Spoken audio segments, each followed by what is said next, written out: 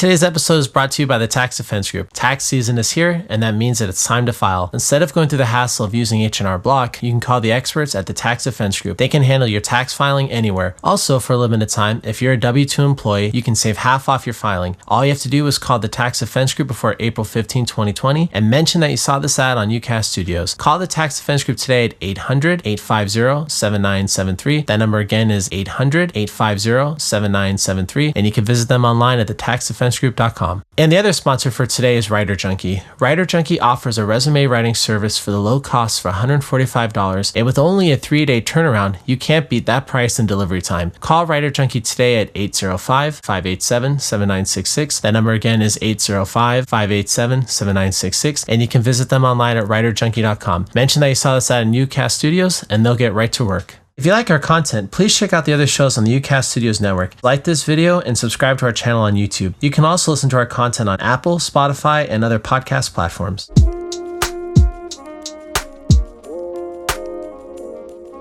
This is what the standings are as of right now. So the Lakers are the first seed, the Clippers, Nuggets, Jazz, Thunder, Rockets, Mavs, and Grizzlies.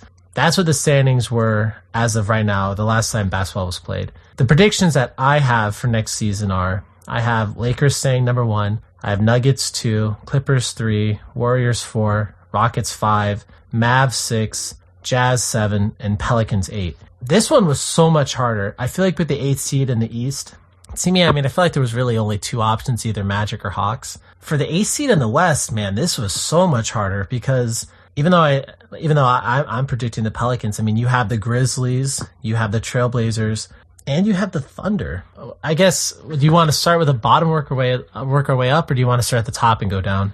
Well, real quick, where did you have the Warriors again in your standings?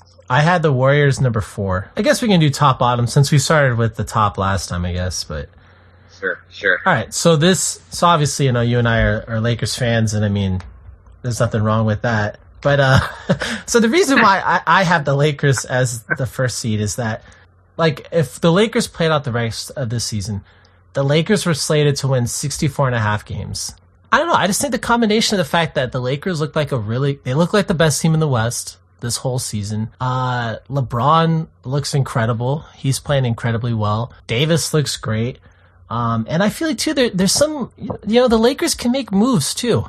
So not only, I was thinking about this idea. It's like next season, or let's say this summer, if you put a trade package together of Kyle Kuzma, Danny Green, and the draft pick that the Lakers are going to get, because the Lakers are going to get a draft pick this season. If you put that together and maybe even something else small like Talen Horton-Tucker, or I know he's not small, but something even like a Caruso, I actually think you can get a really good player for some kind of combination of that package. Maybe not like an all-star type, but could you get, I know the name everyone threw out before was like Bogdanovich, but could you get Bogdanovich out of some kind of package like that, for example? Or I don't really see a significant drop-off. Maybe the Lakers will win like 60 games next season or even high 50s. But even with that being the case, the Clippers were only slated to win 56 games. So if 56 wins gets you the second seed in the West next season, I don't know, man. I just don't see the Lakers dropping off more than 9 games potentially.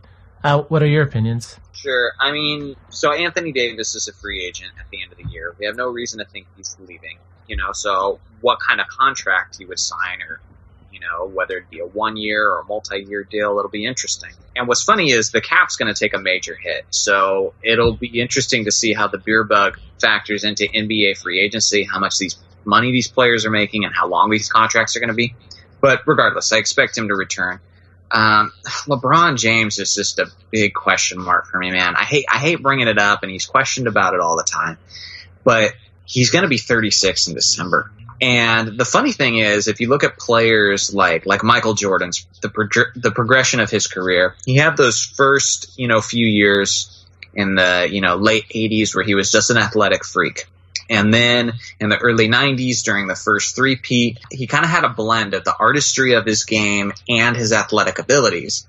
And then he retired, played baseball, came back, and his game evolved even more. And then his game was more of a mid-range footwork. There was just even more just technique and less reliance on the athleticism. The funny thing is, now with LeBron on the Lakers, playing the point guard position, running as much transition as we do, he's kind of doing the opposite. His game's not slowing down. His load is becoming heavier. And so that just has me really concerned of how he's going to sustain his game and how he's going to progress moving forward. Assuming we get the same LeBron James, 25 points a game, like 11 assists a game. If we got the same LeBron next year as to this year, I could see us around, 55 to 60 wins. I don't think we'll have as many wins as we did this year because the just energy and enthusiasm of it being our first year, and that we felt like this whole year we were out with something to prove. Like the Clippers were the ones preparing for the playoffs. We're trying to go out here and win every game. That's what it felt like watching the Lakers.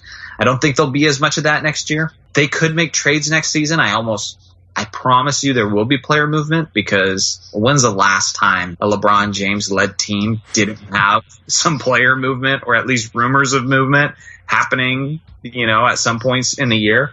So I definitely expect that to happen. Probably be the first seed. I don't see a team like the Nuggets winning the most games of the regular season. The Clippers, that's just not even important to them. So I think kind of by default that makes the Lakers the 1 seed once again. What was kind of interesting is you had the Nuggets above the Clippers. Is that more of a confidence in the Nuggets progression or more of something happening with the Clippers? So I have the Nuggets number 2, and the Clippers are 1.5 games above the Nuggets. And this is so bizarre to me with the Nuggets that in the 2018-2019 season, they won 54 games, and they were slated this season to win 54 games. I just look at them almost now like a Toyota truck from like 1992 or something, where it's just reliable. They're on the road and you're like, how is that thing still going? And they'll probably win around 54 games, maybe 55, 56 games. I could see next season the Clippers even load managing maybe even more and just really caring even a little less about the regular season. It can go either way between those two teams, but I do feel like, let's look at the Nuggets, and obviously Jokic is better than any individual player on the Celtics is. He's really good, but I just don't think he's that alpha best player on a title contending team. But I just kind of think the Clippers might lose a couple more games next season, and I think the Nuggets might win 1 or 2 more. Well, I think kind of the contenders have changed throughout the years, and like what the makeup of a championship contender looks like. So if you look at 80s and 90s basketball, especially the 80s, there was this big belief that you had to have a big man to compete for a championship. And it even factored into, the NBA draft. And when you're looking at 2 players that appear on equals in terms of promise and talent, take the big man. One of the drafts that come to mind is, Greg Oden and Kevin Durant. And Kevin Durant had all the skills and he had all the talent, but Greg Oden was that back to the basket. He'll get you rebounds. He's dependable. The funny thing, he wasn't, because, his legs gave out. The modern NBA has totally shifted. And so now I see a team like the Denver Nuggets where their best player is a big man. But that's not what we're looking at now. I feel like all the legitimate title contenders are wings. They're wing players. With that being said, I do think the Nuggets could make some noise in the playoffs. Jamal Murray, I love his game. And I'm not sure if you've seen many games down the stretch, but if the clutch gene is an actual thing, Jamal Murray has it. He's got ice in his veins. He hits so many big shots, and I've seen it time and time again. And so relying on him as the closer, I really like, their ability to as long as Jokic is on his game and Murray can come in and close, I really think they can make some noise in the playoffs. What I'm kind of bummed about is with the standings is what we had this year. It would have been some exciting matchups in the Western Conference playoffs, because you would have had Lakers, Grizzlies, you would have had Clippers and Mavericks in the first round, and Nuggets and Rockets in the first round. So I'm hoping we can still get the playoffs this year, because that'd be exciting. But I really think that the Nuggets can make some noise. But again, I really think serious championship title contenders, just Lakers, Clippers, puncher's chance to the Rockets. And just because of Russell Westbrook and James Harden, having great wing players in the modern NBA is what gives you a chance. And they were close. Everybody acts like there's this stigma around James Harden that he's a loser and he can't get it done. But they were that close to beating the Warriors. They were in his 7th game, and if he has a healthy Chris Paul alongside of him, the Rockets probably win the championship that year. Yeah, I guess with James Harden, I always think of him as almost like, the soda Shasta. Like Kobe is Coca-Cola, James Harden is like Shasta. But I guess, I digress. I mean, you're right. I mean, he's an incredible player. And so for number 3, I have the Clippers. And I think for the Clippers, to be completely honest with you, I almost felt like this season, I don't know, it just felt like it was more their season than maybe next year. Cause I think to myself, like, okay, like people forget that Lou Williams is kind of old. So next season, Lou Williams will be older. And I know we already talked about LeBron, but that's been talked to death about, can LeBron maintain this or not? But so next season, for the Clippers, Lou Williams is going to get older. Montrezl Harrell, I don't know for sure if he's going to stay. I definitely don't think he's going to take a discount to stay with the Clippers. I know that's for sure. Like he's going to go wherever he gets the max amount of money.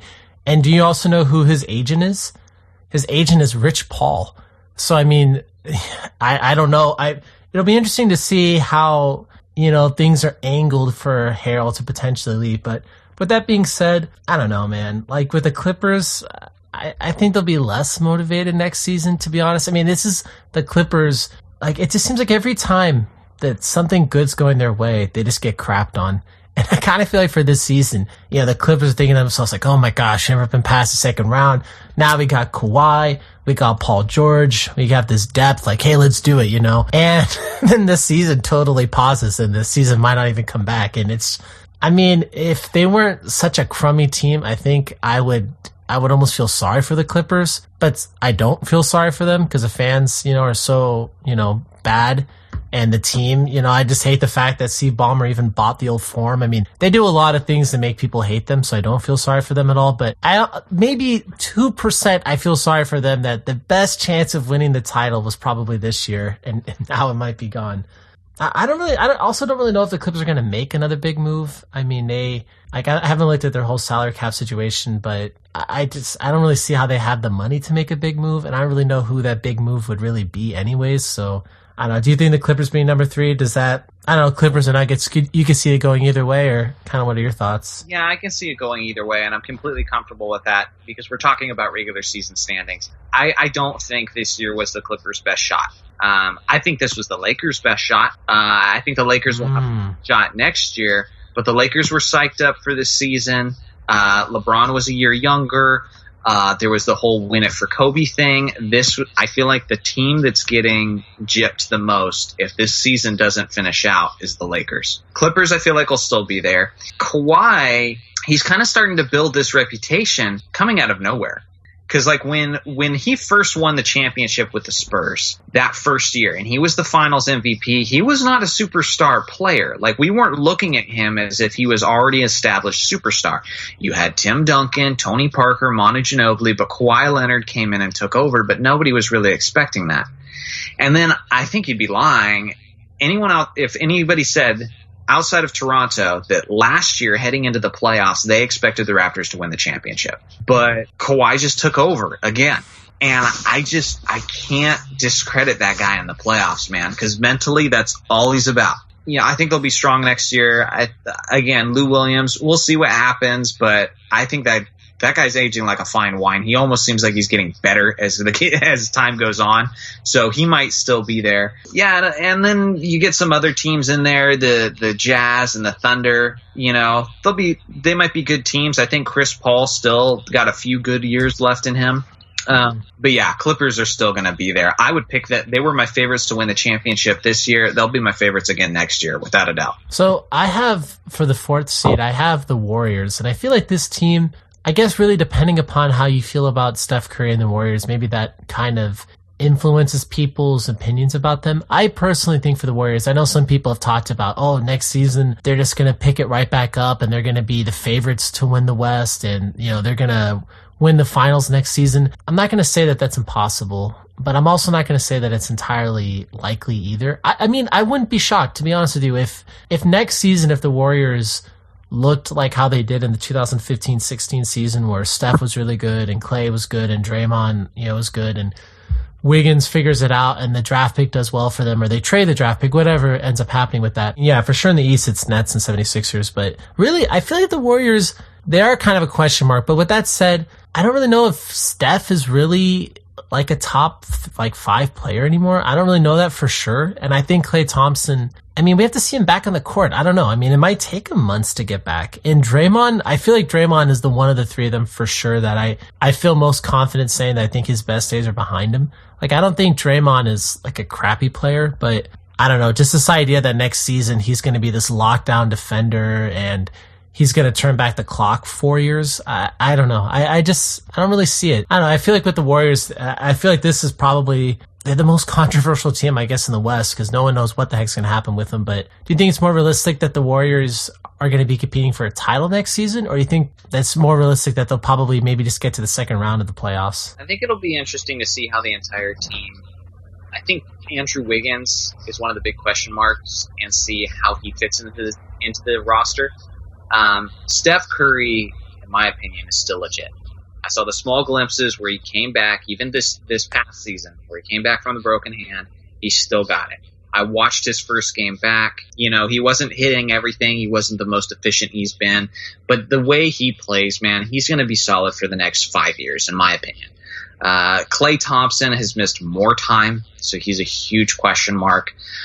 But they have some good players. I like Eric Pascal.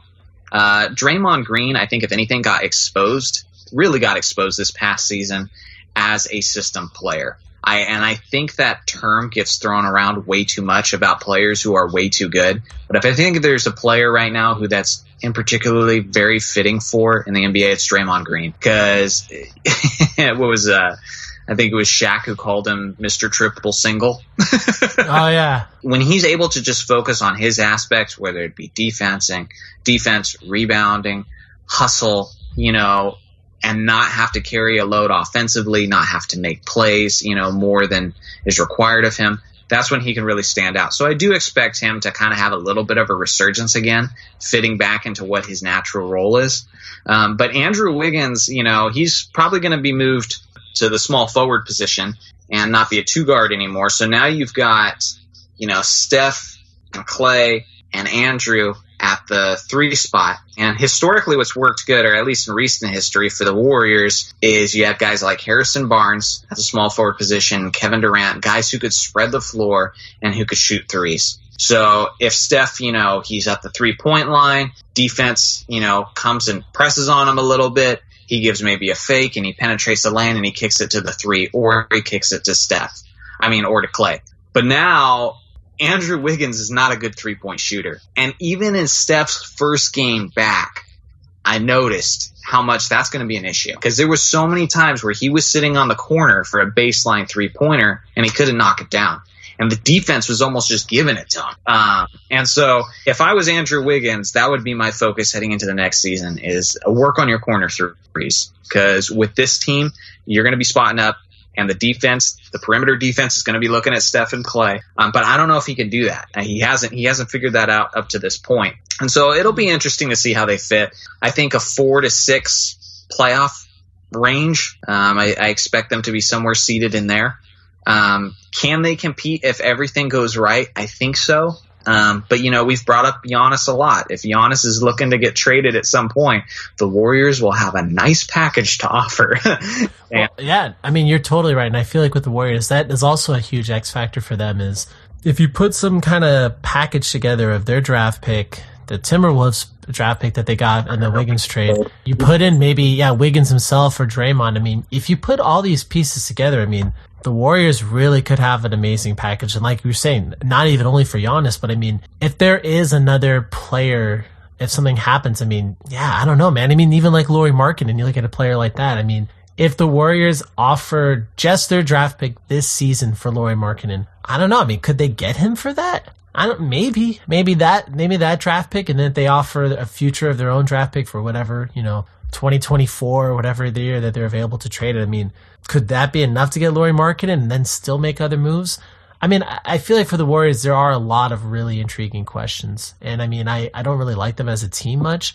and I hate the fact that they have all this like maneuverability, but they certainly have a lot of options for themselves. I could easily see it going several ways. And yeah, I mean, honestly, dude, if there was going to be a team that could trade for Giannis, like if I had to do a power ranking of teams that I think could trade for Giannis and still compete, I think the three teams I think probably have the most firepower, I think, are the Nets, the Celtics, and the Warriors. I feel like any of those three teams could probably get Giannis and still compete. And I don't know, man. I dislike two of those three teams a lot, and I hate the fact that that's a possibility, but I would be more surprised if they kept everybody and the draft picks. I'd be more surprised if next season ended that way than if they made some trade. But I mean, I don't know. I mean, there's so many question marks, because I mean, if Draymond, could he look even worse next season? And Andrew Wiggins, could he like not develop that 3-point shot and look pretty mediocre? I mean, it's totally possible. I don't know. With that team, dude, there are a million question marks. And again, even with Klay Thompson, I mean, is he going to come back game one and be good, or is it going to take several months? I mean, dude, the Warriors are a very interesting team.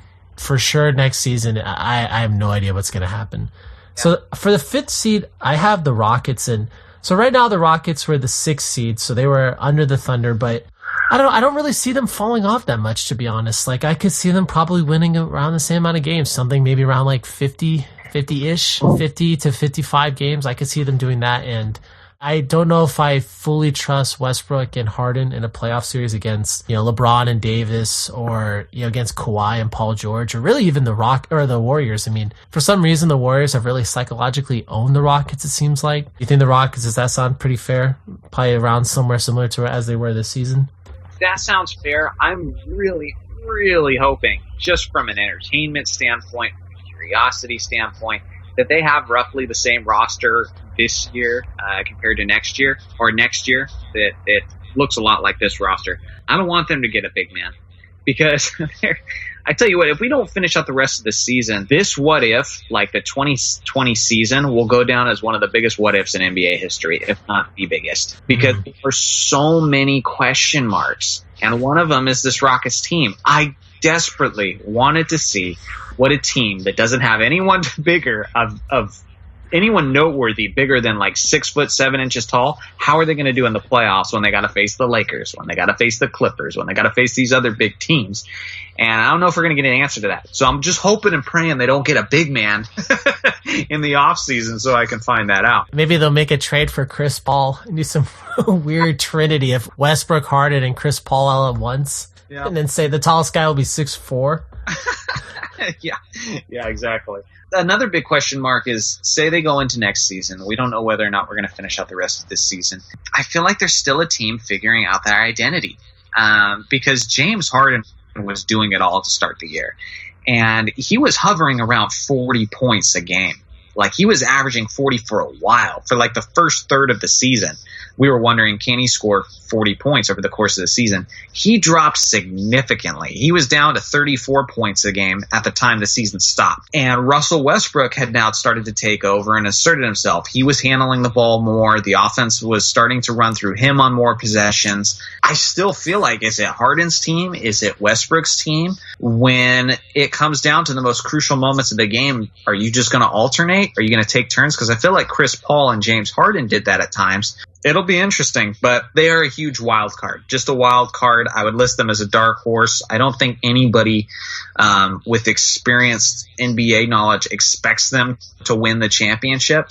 But I certainly give them more of a chance than any of these teams, like, say, the Nuggets, or a teams that doesn't have an established wing superstar. But yeah, I would say probably about anywhere between the third or fourth seed, because, again, enough talent, you're going to win games. You're going to win a lot of regular season games, so they'll be there. D'Antoni's going to have a high-octane offense, which always translates to a lot of regular season wins. The question is, will that get them wins in the playoffs? Hasn't panned out to a finals appearance yet, so we'll see. So for the 6th seed, I have the Mavs, and this is where things start getting a little more complicated, because so right now the Thunder are the 5th seed, and in my opinion, I kind of think the Thunder, I mean, I guess everyone thought this last season that they were going to fall off a cliff this season. I don't know if they're going to take a fall off the cliff. I just think that they're probably going to win like a handful of less games, which is enough to not get them into the playoffs. And I kind of feel like one team that might win a couple more are the Mavs. So right now the Mavs were the 7th seed. There was less of a gap between like 2 through 7 than there were like kind of like 7 through 8 in a lot of ways. Like I kind of feel like that 2 through 7 seeds in the West, maybe even more like 2 through 6. There's kind of a lot of fluidity. Like a lot of teams are kind of, regularly moving out of those positions. And the Mavericks, for a while too, they were kind of in that mix where they were kind of fluctuating. Like I think for a while they were the 3rd or 4th seed during the season. And I don't know. I kind of think next season I could see them winning maybe, or at least projected to win a few more games. So I have them number 6, but I've seen some predictions that say that the Mavericks next season are going to take this really like big leap that maybe they can be a top 4 seed in the West. And I don't know. I just don't see it yet. I feel like the Mavericks are one of those teams where I think they're still a little too young. Maybe they still have a couple pieces that they have to figure out. I mean, obviously Doncic is a really great player, and I kind of feel like he already is that superstar player where you look at him and you say, wow, this guy probably really could be the best player on a championship contending team. Like I honestly think he's probably a top 7th best player in the league already, maybe like the 8th, definitely top 10 best player in my opinion. But yeah, I just kind of think next season might just be 1 year too early for them. I would say maybe, but I wouldn't be surprised if they took a huge leap. I think the odds makers, people who are expecting that, are kind of just following the trajectory of Luka's career so far. So he came into the league and he should have been the first overall pick that year, but he wasn't. He absolutely killed. He immediately established himself as a superstar. So he exceeded expectations year 1. Year 2 comes around and he's an MVP candidate. He's 20 years old, entering his 2nd season in the league, and he's putting up nearly a triple-double on almost 30 points a game. And so I think people are just looking at next year, his 3rd year, and going, okay, at the rate this kid is, what are the Mavericks capable of next year? And so if they took a huge leap, I wouldn't be surprised, just because I've been, even on my own YouTube channel, I have been on the Luka hype train for a while. I predicted early on he was going to be the rookie of the year, and I already feel like he's, like you said, maybe 7th, 6th best player, but his stats put him in like top 5. I think some of us just don't want to say that because basically he isn't the best defender, and it might just seem a little bit premature, but he might win the MVP in the next 2 years. Like he's gonna be ready sooner rather than later. Oh, I absolutely wouldn't be shocked if next season, if you told me that like by the end of the year, like a year from now, if you told me that the 3 best players in the league were LeBron, Giannis, and Luka has supplanted Kawhi, I would not be shocked if most people actually said that. Like, you're right. I mean, going at this rate, he just looks incredible. I mean, from whatever number you had him from last season to this season, I mean, the jump that he did was just incredible. It's really weird to think about what we can realistically see 2 back-to-back MVP winners that are non-Americans. You go from Giannis. Realistically, Giannis was going to win this season. And then next season we could have Luka. I mean, I don't know. It's really interesting to me, but I feel like they're one piece away. They're one piece away from being serious title contenders. Because once you get beyond Luka, who you expect to just be awesome, you have Porzingis, who, anytime you get one of these long, gangly, 7 foot and up guys, I worry about their health. But assuming he's there, that's a good tandem. But who do you got beyond that? Who's like that 3rd guy you can rely on to do like the little things and really make the difference? Almost like the Draymond Green type, when the playoffs. And I mean, Tim Hardaway Jr. puts up some numbers. Is he that guy? I don't think so. Like, who do they have on the team? Justin Jackson, Seth Curry, like Dwight Powell. Like, I don't see any of those as that kind of that 3rd man up. And so if they can either acquire that in a trade or, sign somebody in the off season, I feel like they're one piece away. But if it happens sooner rather than later, I wouldn't be surprised.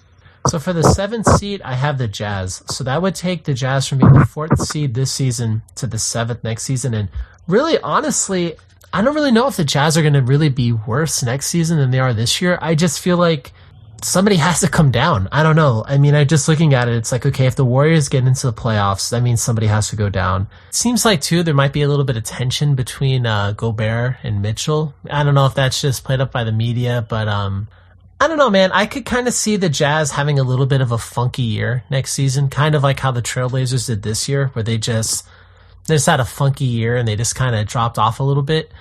So I don't know. I guess I would say the Jazz are there really just because of that. I don't think that they'll lose a lot less games. Maybe they'll lose, maybe they'll lose 3 games more this coming season than they were on track for this year, and that'll cause them to be the 7th seed. I mean, I don't know, man. I look at the Jazz and I mean, I guess you would have optimism if you're a Jazz fan, but I don't know, man. This team, there's just something off with it. There's something where I feel like not only are they missing something, but there's just, I don't know, there's just something to me that doesn't seem right. Like, I feel like they have all the ingredients on paper to be like a title contender or near title contender, but I don't know. I really didn't see that this year at all. I mean, they were like pretty bad for a while, and then even they had this winning streak, but they basically beat up on a bunch of crappy teams. So I don't know. I don't have a lot of faith in the Jazz next year. Yeah, I could see them, in the playoff picture, kind of around the same area they're at. They might drop off just because the West gets even stronger each year, it seems. So that is possible, but I still like a lot of pieces they have.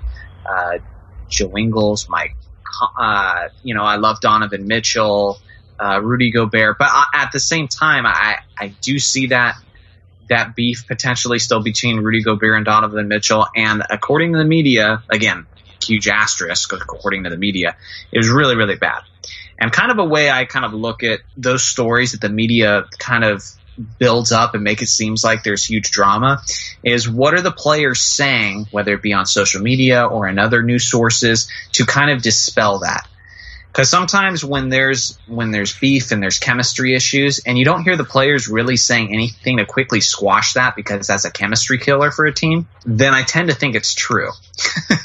And people, like, they played up the Draymond and Kevin Durant beef. Like, they certainly loved that. They ate it up. It was all over ESPN. But guess what? It was true. And now Kevin Durant's even confirmed it. And I mean, it totally makes sense. I mean, Rudy Gobert, I don't know what their relationship was on a personal level before all of this happened. But it affected Donovan Mitchell pretty badly. And if he got the bug and then he gives it to somebody in the family because Rudy Gobert's just, thinking with his head up his butt or not thinking, now whether or not it has any long-term impacts on him, we'll see. But I think the talent's still there. There's, as long as they have Gobert, they'll have their defensive identity that they've had for a while. But yeah, other than just a team that might be, right around the middle or just on the outside of the playoff picture, I don't really see much more than that. I don't know. Yeah, I guess you're right. I could see them being the 7th seed. I could see them being like even, I guess, maintaining the 4th seed, but at least coming into the season, I think a lot of people thought the Jazz were at least a dark horse competitor or a dark horse team for the title. I just don't really think people really think that this coming season. I just kind of feel like the Jazz will kind of live up to that reputation of just being a really good team, but not being a title contender.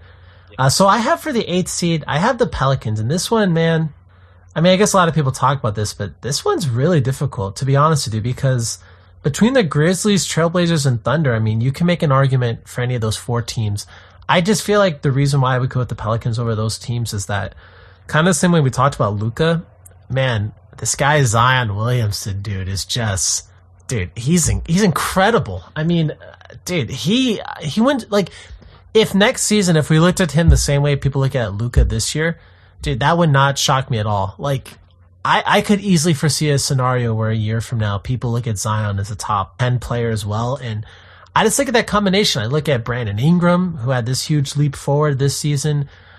Even like Lonzo Ball's getting better. I think with that combination with Zion, man, I just have to, I don't know. I just have to take them, I feel like, as the 8th seed. I don't know. I just think Zion is just that good. But these other teams, man, it feels weird to say that, Damian Lillard is going to miss the playoffs 2 years in a row, but dude, I just don't think that team is really that spectacular. And I don't know. I even you look at a team like the Thunder. If the Thunder made it into the playoffs next year, that really wouldn't shock me. But I think eventually at one point you just have to look at the rosters and say, like, okay, well, are the Thunder going to have a better roster next year than the Jazz? I mean, I don't personally think that. Or if you look at, Thunder and Pelicans, it's like, well, who are the 2 best players between those 2 teams? I Well, I mean, I guess maybe say Chris Paul's better than Brandon Ingram, but I don't know, man. I just feel like the Pelicans just have more talent than these other teams that I think are going to miss the playoffs next year. Yeah, they're still young, and I really hope that Zion has a long, healthy career, but that, he's so explosive, almost too explosive. Like the way he plays, it's like he plays with energy every game like it's the playoffs. And so I love seeing that, but at the same time, it does make me concerned for him, for his legs, for his health, all that.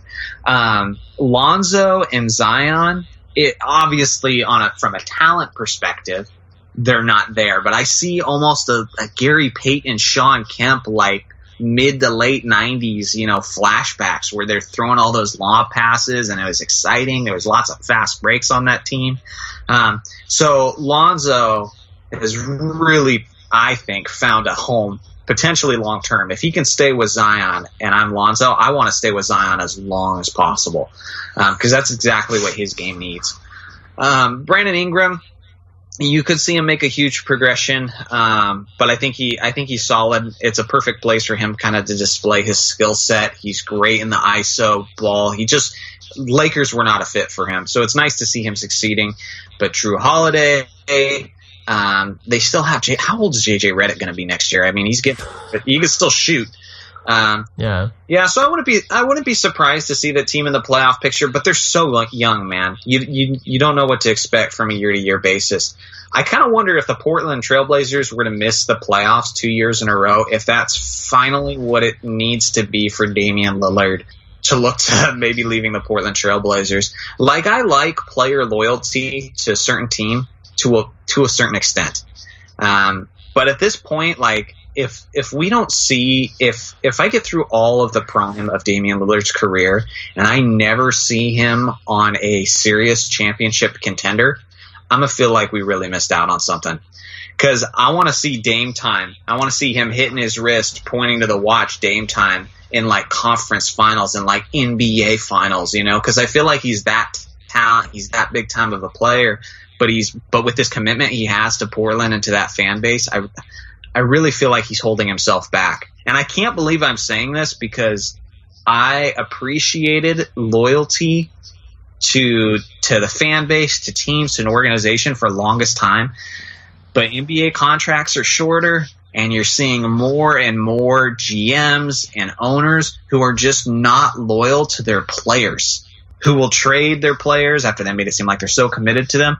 So even this whole like commitment and loyalty, I'm like, why? Like, why, dude? Don't you want to win a championship? Like, don't you want to give yourself a chance before your prime's gone? I don't know. How do you feel about that? Because I feel like he's missed. No, I think you raised a totally great point. I mean, could you imagine if somebody like Lillard, like if you went to the Bucks with Giannis, like if you could do something where the Bucks could keep Middleton? I mean, I would love to see that. Like, I'd love to see Lillard leave the Trailblazers. I don't think anything's ever going to happen with the Trailblazers, to be honest with you. Like, I feel like CJ McCollum, like he's a really good player. I don't think he's better than your third best player, maybe even your fourth best player on a championship team. And I think he seems like a really great guy. Like, he does a lot of like podcast interviews and stuff, but I just don't think that they'll ever like amount to a title contender. And I feel like last season when they went to the conference finals, I kind of feel like that was a little fluky. Like, I don't think they were the second best team in the West. And yeah, I don't know. I'd love to see Lillard leave, and I feel like maybe that could start to happen this like summer, but I don't know, man. I just look at them and I just think to myself, like, I mean, are the Trailblazers, I mean, could they maybe get into the playoffs next season? I mean, yeah, they did last season, so it's not impossible, but I don't know, man. I just feel like there's other teams I think that have a better chance. I mean, even right now, I mean, for goodness sake, the Grizzlies are the actual 8th seed. And dude, even this guy, John Morant, man, there's a lot of young upcoming players. And, between, a team like Grizzlies and Pelicans, which are young, that have, all this energy and these great young players. I mean, I just feel like the combination of that and the Thunder, I just think all those teams will be better than the Trailblazers next season, just to be honest. And I don't know, I wouldn't be shocked if within, the next, 16 months, I wouldn't be shocked if the Trailblazers actually finally just tear it down, just trade away Lillard and McCollum. Well, I feel like missing the playoffs again would be kind of the breaking point for them of like what needed to happen, because it almost reminds me of the Clippers situation when they were Lob City with Blake Griffin and Chris Paul, and they just kept that core together for so long. DeAndre Jordan, Blake Griffin, Chris Paul, and they're like, let's run it again, let's run it again, let's run it again. And at a certain point, you're like, okay, we get it. You're a good regular season team. You're going to win a lot of games, and you're going to come up short in the playoffs. Like, this core is not getting it done. And we're at that point with Portland where he's got to care about his legacy, Damian Lillard. And I've seen so many guys where they spent their entire careers with one franchise. Like, think about guys like Dominique Wilkins, like way back in the day, like whether it's 80s or 90s players, like we have the history to look at. Players like John Stockton, and they're legends in that city, where they played for. But at the same time, man, all they needed was a championship to just catapult them to the next level. Because there's a hierarchy in NBA, like legends. There's a pantheon that you have to get to. And more often than not, the difference is whether or not you won a championship. I don't think it's always fair, because some guys find themselves in situations like in Portland where it's really hard to get free agents to come join you in Portland. Damian Lillard said something on social media a few months ago where he said, essentially, instead of joining other great players, he wants to be the place where people come to join him. And I like him saying that. I just think it's kind of unrealistic, because the only guy I've really ever seen able to pull that off on like a smaller market team is LeBron James. And that's because he's LeBron James. He convinces guys to come play with him in Cleveland, but he was the biggest name in all of basketball. And I love Damian Lillard, but he's not LeBron James. Someone of his talent needs to be able to compete for a championship. Because you mentioned, envision him playing on the Bucks. Dude, put him on any contender.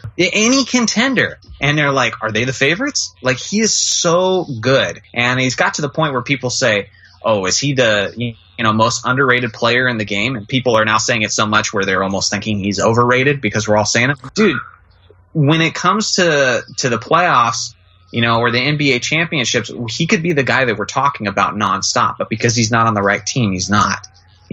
Like Damian Lillard's way better than Kyrie Irving in my mind. The numbers indicate he's better. He's more efficient. He has even further range. I mean, Kyrie Irving hit that one big shot over Golden State, when LeBron had the block and everything, and it was a great 3-1 comeback. If Damian Lillard was in games like that, he would have an array of shots. He would have a highlight reel of shots like that. So, again, I'm going on a tangent, but I would just love to see this guy competing. And maybe this is what needs to happen, is the Blazers missing the playoffs a couple of times for it to happen.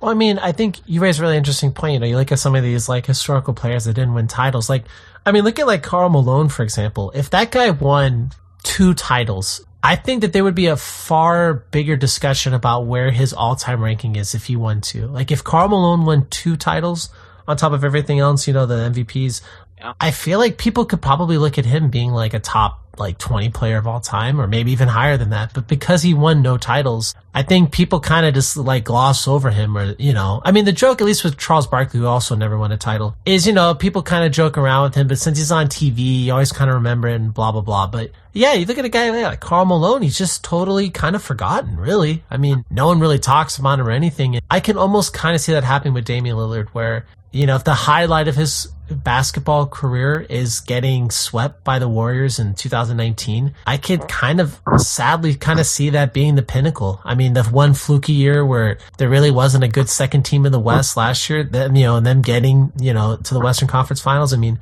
I could kind of see that being the pinnacle. And like you were saying, I think that would be kind of sad, because I don't know, man. I mean, I'm just looking next season, and it's like, maybe the Trailblazers get in next year for the playoffs, but I mean, there's at least 6 teams that I think are definitively better than them. I think at least that would destroy them in the playoffs. I mean, a lot of people forget about this, but in 2018, the Trailblazers went into the playoffs and they got swept by the Pelicans with Davis. I feel a little sad for Lillard and his fans. I mean, he's not like he's an old guy, but it's not like he's so young where he's not a John Morant or something where it's like, oh, he's got all this time, or Luka where it's, oh, he's got all these years left. I really don't think that's the case with him. I mean, I'm not saying he's expiring like milk right now, but it's not like he has 10 years from, like, it's incredibly doubtful 10 years from now that he'll be one of the top players in the league. I think his window is probably more like the next 5 years. I really don't think it'll probably extend beyond 5 years for him. I'm choosing the Pelicans, but it's such a big question mark. Who would you choose then? I got no problems with it. I mean, the thing about it is, we're looking off a little ways. I can make arguments for a lot of teams. If you're asking me to pick between the Thunder and the Blazers, I do think I'd pick the Blazers. I think this year was just kind of a fluke. I think they'll make some adjustments to get better. I'm talking about hypothetically, like if they miss the playoffs for a second straight season, but I don't think they'll miss for a second straight season. I do think that, those two guards back there are so good. Lillard's so good. I think they're going to be so motivated heading into next season, and there's going to be changes. They were desperate enough to make the acquisition of Carmelo Anthony, which has panned out pretty decently for him. They started winning a little bit more after adding him. But I think they're going to be a hungry team that's going to feel like they have something to prove. So I would probably pick the Blazers next year because they were also riding the ship. They started off terribly, but they have been winning more games of late, and they were just starting to make things kind of interesting in the playoff race before the season came to a halt. So I think they'll figure it out. Do you think the Kings deserve an honorable mention? Like, do the Kings have even a 5% chance of being the 8th seed next season? No. I mean, I'm also... It took me a little bit to realize this, but I'm also not that crazy about Luke Walton as a coach. Oh, no, I'm right on that. I'm right on there with you. The first year I gave him a lot of benefit of the doubt. The second season I was like, oh, and you're talking maybe he's okay. But the last year, because I think he coached Lakers, it was 3 years, right? Yeah. So by the third season last year, oh my gosh, dude, I was totally done with him. Like I couldn't wait for him to leave the Lakers. Yeah. So I mean, if you're saying that Luke Walton, him being the coach of the Kings, I actually think is more of a detriment to that team than it is a benefit. He's just really offensively minded, a very offensive minded coach. I feel like they've always been kind of lacking defensively, and when he was kind of filled in for Steve Kerr, we were able to look over that a little bit, just their talent and their structure and the way they played. Like, I really am starting to think at this point that anybody could have coached that team. They were such a well-oiled machine at that point. He came to the Lakers, and they were struggling defensively, and I'm even looking it up right now. So defensively, they were in the worst. They weren't the worst team defensively with the Kings, but they weren't that great. De'Aaron Fox is good, but he healed. They have some nice pieces. But at a certain point, I mean, we've just talked about 10 teams, 9 or 10 Western Conference teams before these guys. You got to have a little bit more than just some pretty good, talented pieces for me to put you in the playoffs, Because the truth is, like, I even thought about making a video on this on my channel, but this is one of the most talented eras of basketball we've ever had. Maybe the most talented. And I think a lot of people are quick to say that because some people just forget, like, how deep some talent was from, like, the early 90s and stuff like that. Like 1992 is a year I'd look at where I'm like, there were so many, like, talented, good players and stuff. But people don't remember, like, guys like Xavier McDaniel and, like, Tom Chambers and, like, great players of NBA history. Like, nobody talks about them anymore. Are people going to be talking about Pascal Siakam and Donovan Mitchell 30 years from now? I don't know, but they look really good now, and the NBA is so deep right now. I like some of the players they have on in Sacramento, but I'm not crazy about their coaching. And just a few pretty good players and mediocre coaching, that's not enough to crack the playoffs in the West to me. In the NBA, on every team, it seems like there's at least one, if not more, players where you're like, wow, that guy, he's either really good or he's going to become really good. I feel like you can almost talk yourself into every team having at least one player like that. And yeah, I mean, for the Kings, man, I mean, yeah, you look at De'Aaron Fox, it's like, dude, I don't know what he could become. I mean, I know this year really was a little disappointing for him. I think he was injured for a while or whatever the issue was, but I could see him turning into something, and I feel like a lot of people talk about Buddy Hield and Bogdanovich like as if they're, like, young, but I think both of them are, like, 27. So they're probably near the peak. I doubt they're going to get much better. And realistically, these guys don't have, like, a ton of time left at their level. But yeah, I don't know. Maybe next season, maybe they'll take strides. maybe they could be something in the, the 2021-2022 season, but yeah, I don't know. I just don't see it. And then, yeah, for the Thunder, man, I don't know. I mean, I feel like I want to just count them out and say, okay, well, Chris Paul's going to be older and, that'll be enough. Just Chris Paul having a drop-off will probably be enough to take him out of the playoffs, but I don't know. Maybe we can't just totally discount them, but I don't know. At least it's interesting to see that the Spurs, I think, I really truly think that this is it. I don't really know if there's much more than this for them, at least in their current, incarnation with LaMarcus Aldridge and DeRozan and with Popovich. I don't know. I could easily foresee Popovich leaving in like a year or two and then basically just rebuilding. Which sucks, because I feel like up to this point, like, it was Popovich's first season, he missed the playoffs.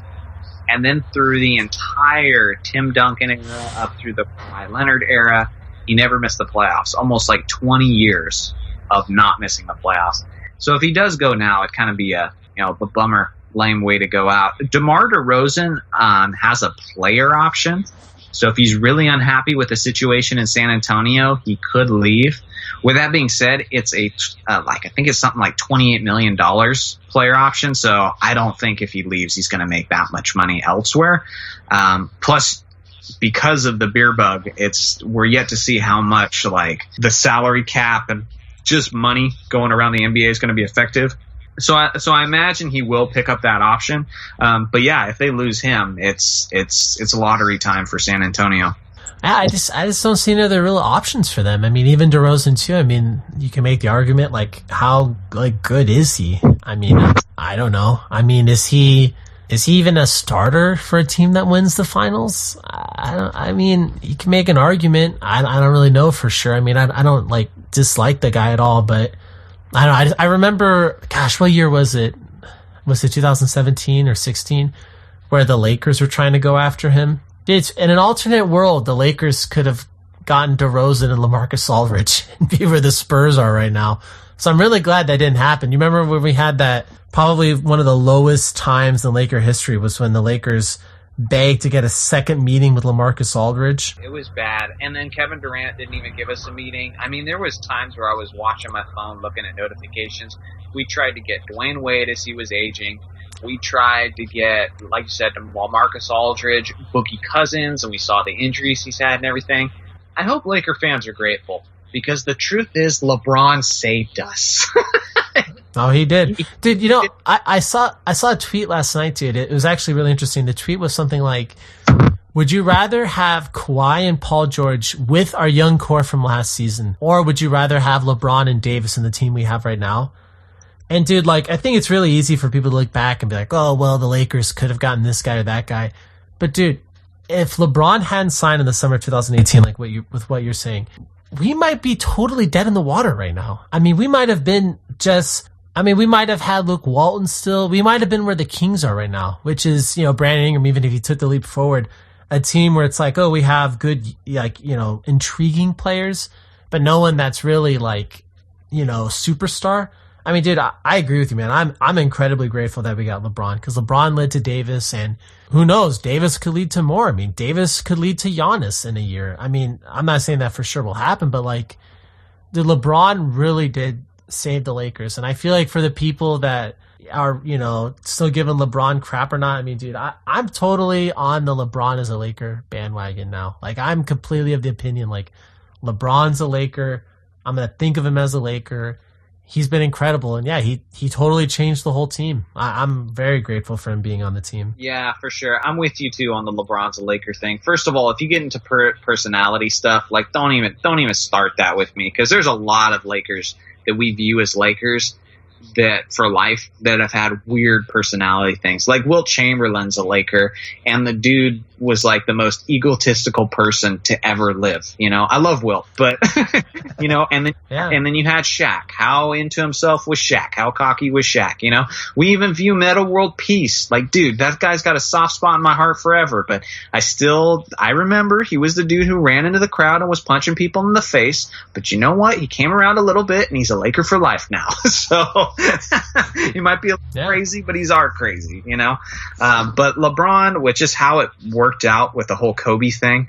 I really hope this season finishes up and the Lakers get a shot to win it. But the way he gave Kobe his flowers the night before he like passed away in that interview, it was eerie, man. It was so cool though. The way he just he praised on Kobe and everything. It's like, how could you not view this guy as a Laker, you know? And regardless of how you feel about the way Magic Johnson ran things for us now, I don't know if, you know, like LeBron might have been coming to Los Angeles regardless, but not having Jim Buss there and having Magic Johnson there instead with all of his charisma and appeal and just Showtime appeal, like I'm sure that helped LeBron feel better about coming over. So although there was dark times, you know, LeBron coming over saved us, and Magic played a part of it too. Yeah, when everything's said and done, I could see LeBron winning a title or two with the Lakers, hopefully 2 or more. I could easily foresee him having his jersey retired. And I really think that when everything is said and done, let's say 20 years from now, if LeBron's at games at Staples Center or wherever the Lakers are playing at that time, I could definitely see Lakers fans, you know, giving him a standing ovation.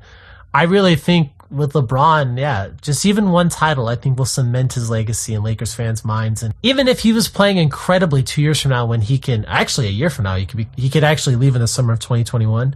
Even if he left us, honestly, if he won one title with us and then he left the team, I don't even really think Lakers fans are going to have any animosity towards him at all. I think a lot of Lakers fans are going to view him in a really positive light. I mean, I know LeBron does a lot of things that people don't like, and they don't like the fact, like kind of what you're mentioning, the fact that, you know, LeBron does kind of quirky things, but I think it's a totally different ball game for the Lakers and Lakers fans. I think the whole idea is, hey man, basically the dark ages. You got us out of the dark ages of Laker history. And no, I think if you're a Lakers fan, you should definitely be, you know, very appreciative of the fact that potentially the greatest player of all time played on the team. I mean, you can make those power ranking arguments, and I mean, you have a whole series about who's the GOAT. But the fact that LeBron is even in the conversation for that says that, I mean, that speaks volumes to the fact that the Lakers have had this just tremendous history of players where you're just like, oh my gosh, just this whole catalog of guys between, yeah, Wilt and Kobe and Jerry West and Shaq and Kareem and Magic and now LeBron. I mean, the fact that the Lakers have been like blessed with this, I mean, it's truly remarkable, man. It truly is. And the fact that LeBron continued on that, just that fact of just adding on one more layer of magic to the team. Yeah, it's almost like Disneyland, where you look at Disneyland and you say, okay, well, you know, Space Mountain isn't necessarily a make or break for me. Like, so let's say if you're thinking about going to the park and Space Mountain's closed, you might say, well, I'll still go even if Space Mountain's closed. And it's like Disneyland has a bunch of those rides where you look at the like iconic, you know, Pirates of the Caribbean, Splash Mountain, Indiana Jones. You have all these rides that are just iconic rides. Dude, it's like the Lakers are like that, man, where they just are filled with iconic players after iconic players. And I feel like LeBron coming here is just going to intrigue another iconic player, whether that be Giannis one day or Luka or Zion, whoever. I feel like the fact that he was here with us is just going to have that legacy continue on further. So, yeah, I totally agree with you, man. I think how things are right now, I would definitely take this than having that potential of Kawhi and Paul George and the young guys. I mean, I love the young guys. I think that they were great, and I'm sad to see them go, and I want them to do well. But I know what we have right now, and I really like it a lot. So would you say that the Jim Buss era was the equivalent of the Disney Star Wars era for Disney? Yeah, man, maybe that's what it was. It was something like that, where you just look and, yeah, everyone's unhappy. Everyone doesn't know what the direction is. I mean, yeah, it could be like that. No, that Star Wars era, I mean, if you're a Star Wars fan, I'm sorry for you. You're in the same spot that Lakers fans were in the year 2014. Some people love these latest renditions. I am not one of them. Maybe I shouldn't have spoke up about that, but I just saw a correlation, you know? Yeah. Since you're doing the whole Disney Lakers comparison, I brought it up. Started it, so. Yeah. All right, Johnny. Well, definitely, man. Thank you so much for coming on, dude. I appreciate your time. And yeah, how can people keep up with the work that you're doing? Yeah, I mean, obviously, I know the name of your channel, but yeah, if you wouldn't mind, I guess doing a little bit of a shout out. Yeah, you can check out my channel, Jonny Arnett, NBA YouTuber. I do a lot of videos on NBA history, a lot of stuff that we've talked about. And I think it's kind of a cool channel to watch right now because they're showing a lot of old school stuff and just on like ESPN and all the nationally televised stations right now. So if you want to learn more about the game and more individual players, I think my channel's a good one to check out. But yeah, dude, I'd love to be on here again sometime. And it's a pleasure as always. All right, Johnny. Well, have a good rest of your day, man. I'll talk to you later. Yeah, you too, bro. Stay safe. We want to thank today's sponsors again, the Tax Defense Group and Writer Junkie. You can contact the Tax Defense Group at 800-850-7973. And Writer Junkie's phone number again was 805-587-7.